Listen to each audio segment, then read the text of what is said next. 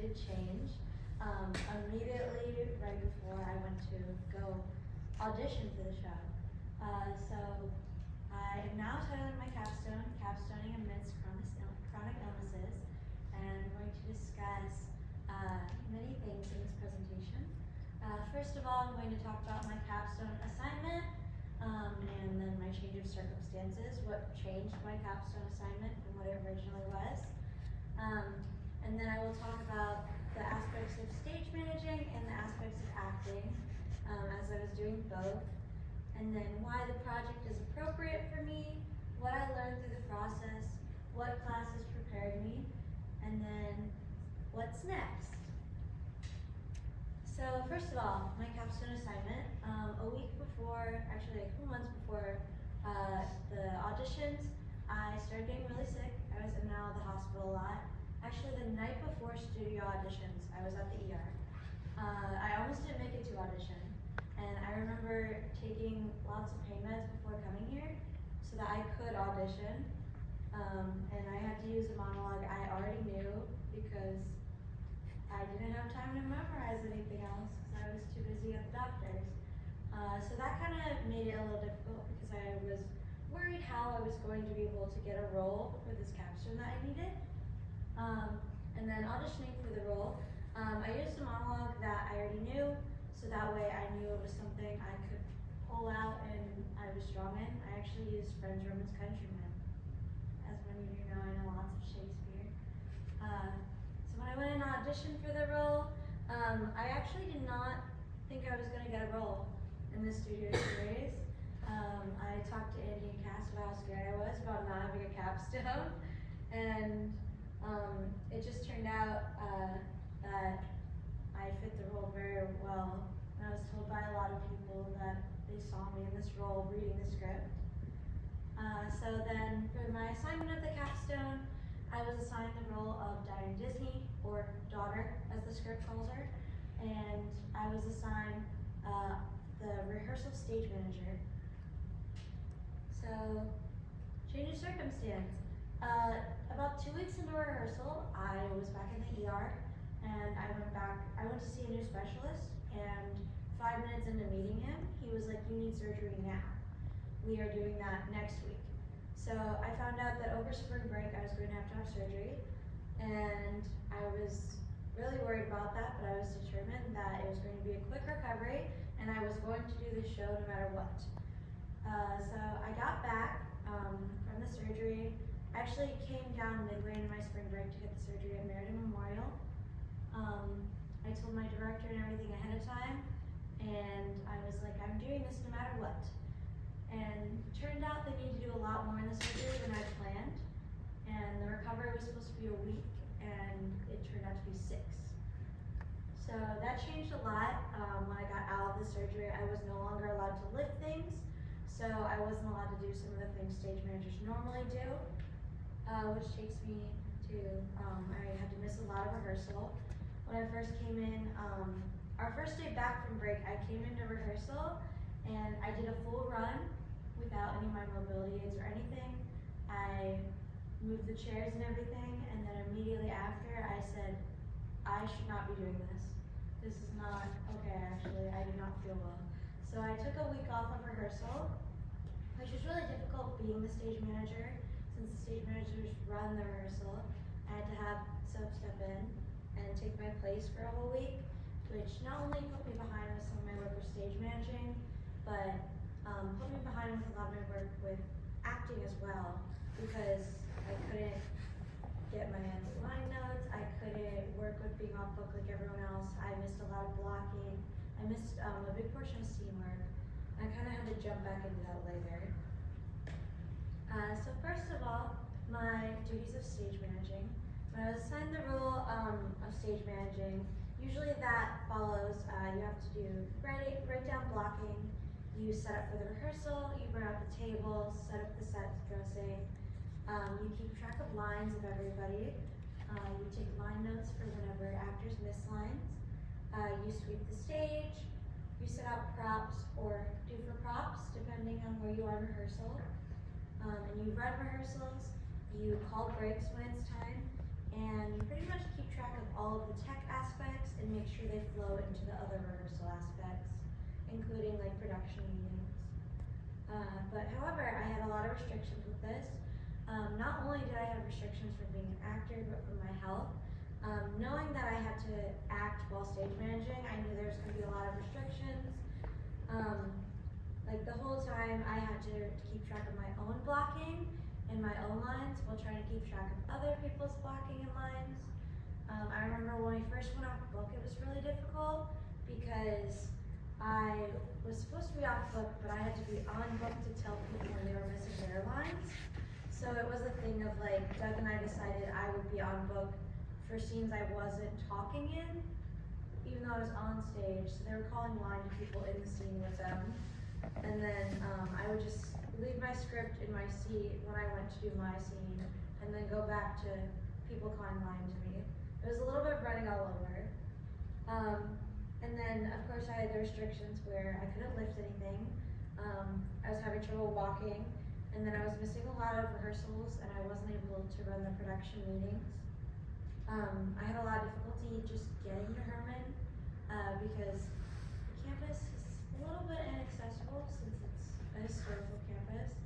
So most of the ramps, like the only ramp to get into Herman is this side. So I come from 4th Street and I have to walk all the way around the building just to come in. And then next is me acting. This is the process of learning to be Diane Disney, or daughter. A lot of my acting I had to sacrifice to being an SM. Like learning my scene work some of the time. It was a little difficult because I was writing down all the stuff from the other actors and trying to keep track of that. And then a lot of the scenes I wasn't talking in, I had a lot of background acting I was supposed to be learning, but I was on book for the other actors.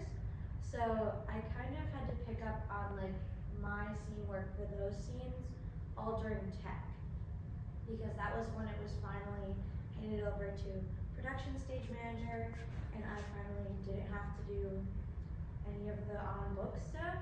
So I kind of had to pile a lot of my work into that final week right before the show opened. And then I had a lot of preparing for the role that I did because of her being a historical character. I did a lot of outside character work where I read some articles that Diane Disney had written during her time. I listened to a lot of the stuff that she had done for Disney World and everything, because I wanted to make sure I was speaking in her voice, sort of. That's one thing with playing a historical figure. I very much like to make sure I'm telling the story they would want me to tell, and with also putting like my own heart into the story. So it's like a collaborative thing with somebody who's not really here. So I did a lot of research like that. I read some articles that she'd written, and I found out Diane Disney only died a few years ago, so she very well could have read this play. No idea. I don't think she'd like it very much. And then I had a lot of work I had to do with learning the lines of a tricky show, of course. I was telling people I only got off book for this show this Saturday, a week before opening. There was a lot of tricky line work, specifically with the way I learn lines. Because I'm very trained in the field of Shakespeare acting, I always learn from a cue script. I usually like to put my script down and don't bring it. And I write out my own script that just has my cue line and my lines.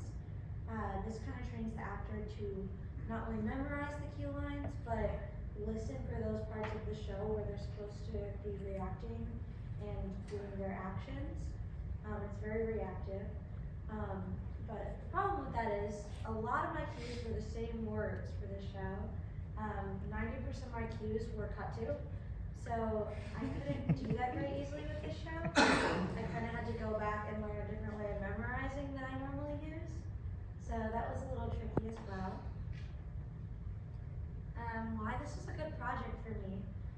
So many of you know I've kind of gotten pulled into a lot of different tech roles, sometimes last minute. I've done a a lot of stage managing for shows that has prepared me to do something like stage managing and acting. Many of you know I worked at Spring Awakening and I was kind of running all over the place. I was a dresser. I was under the stage with the fog machine. I was just all over the place. And then, of course, I work with costumes a lot. I've been pulled into a lot of tech positions with that. Stratum, I got pulled on during Tech Week to work backstage as wardrobe. I got pulled on the week before Tech for Chicago to work as wardrobe. So it's just been a lot of tech positions that I did not think I was doing a good job at. Like Spring Awakening, I felt like I was just running all over the place and I was horrible. And then afterward, I got a lot of feedback that I was extremely vital to the show happening. And it's just crazy to me to get that kind of feedback, not feeling like I'm very good at tech. So this was a good position for me because I was able to kind of do both at the same time. I've always felt like I was more performance heavy than tech, and doing both at the same time kind of helped me realize my strengths in both fields. And through that I found out I'm very good at multitasking, organization. I have a big thick binder, probably this big, that has all of the changes of the sets, all of the, it has who did all of the set changing, it has an entire prop list for the show, and it has all of the blocking and line notes in it. So I'm very good at keeping track of everything. And then I found out also from this, I am very well rounded in theater. There's, although performance is really where my heart is, there's a lot of stuff in theater that I could potentially get a job in, or that I do pretty well in. And what I learned from this, I learned very well into this project that I can never fully put my health aside to pursue my career, and I learned that I can't just run and do a run of a show less than a week after having surgery. And sometimes there are going to be times that I need to work with somebody in a higher position to make sure that I can fulfill my role that I'm given due to my health reasons. I learned that technical positions are very difficult on somebody with a medical condition. Not impossible, but there are a lot of restrictions with that, and that's something that I do need to keep in mind in the future. I learned also that stage management, while hard alone, it's even more hard when you're trying to do it on top of something else like acting. The two roles aren't really made to go together, so doing both really taught me how heavy both of those positions can be. And then lastly, I learned that I'm not afraid of a challenge. I'm very stubborn. If somebody gives me something, I will do it, and I will do it to the best of my abilities, no matter what somebody tells me. And then what prepared me for this capstone? First of all, of course, my Acting 101 class, Theater 106, really prepared me for this. Learning just the technical things that go into memorizing a script that I learned in that class was very helpful. I really don't think I would have been able to memorize the script if I had not been in that class. And then learning what goes into character work from acting also very much helped me.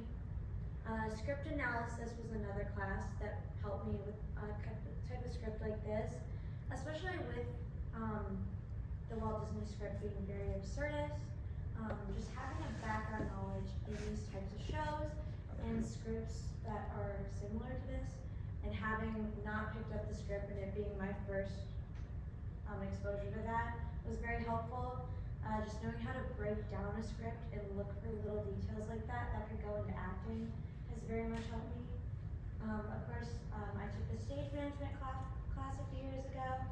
That helped me with this a lot. I first went into the process in my first couple of rehearsals, and I was like, I don't know how to do any of this stuff, any of the paperwork I'm supposed to do.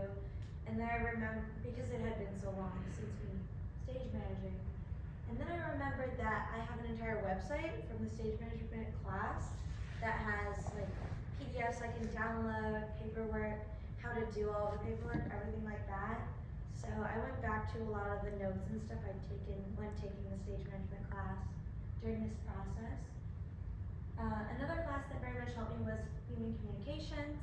I'm actually in that course this semester, and I realized a lot of the stuff was lining up with the discussions we were having with table work with the Disney show.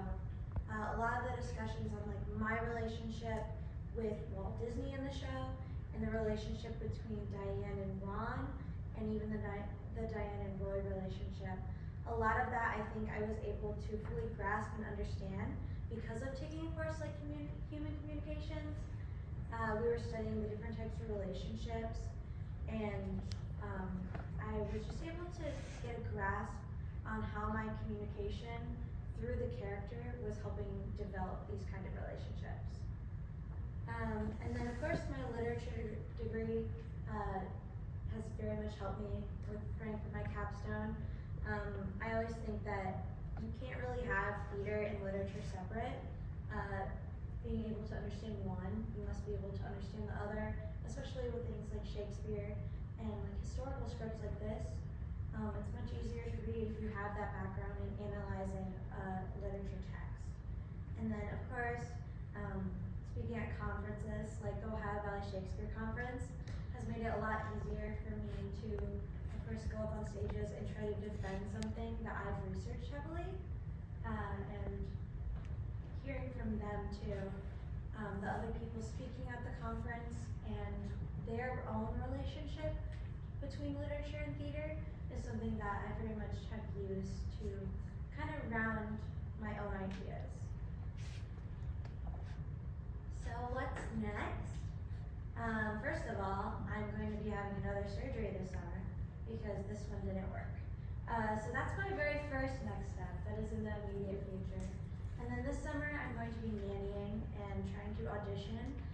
My goal is to get a paid position in acting by the end of the summer, a big goal, but I'm going to be back in Cleveland, so I'm hoping it's possible. And then next fall, my goal is to be working as an actor up in Cleveland, and I'm going to be applying to grad school because after that, next spring I plan to be working on my master's in dramatic literature, and I'm hoping to teach at a college level, hopefully something like a Shakespeare class. And then I would like to act full-time on top of teaching a class.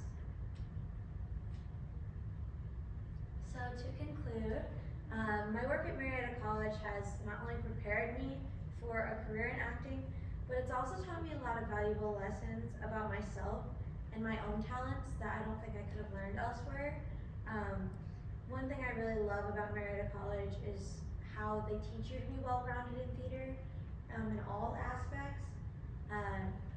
I know all the stuff, like I know how to bring in stuff backstage, I know how to work the curtains, I know how to work stage managing, I know how to build costumes, and all of that stuff is not normally something you would learn having a performance degree.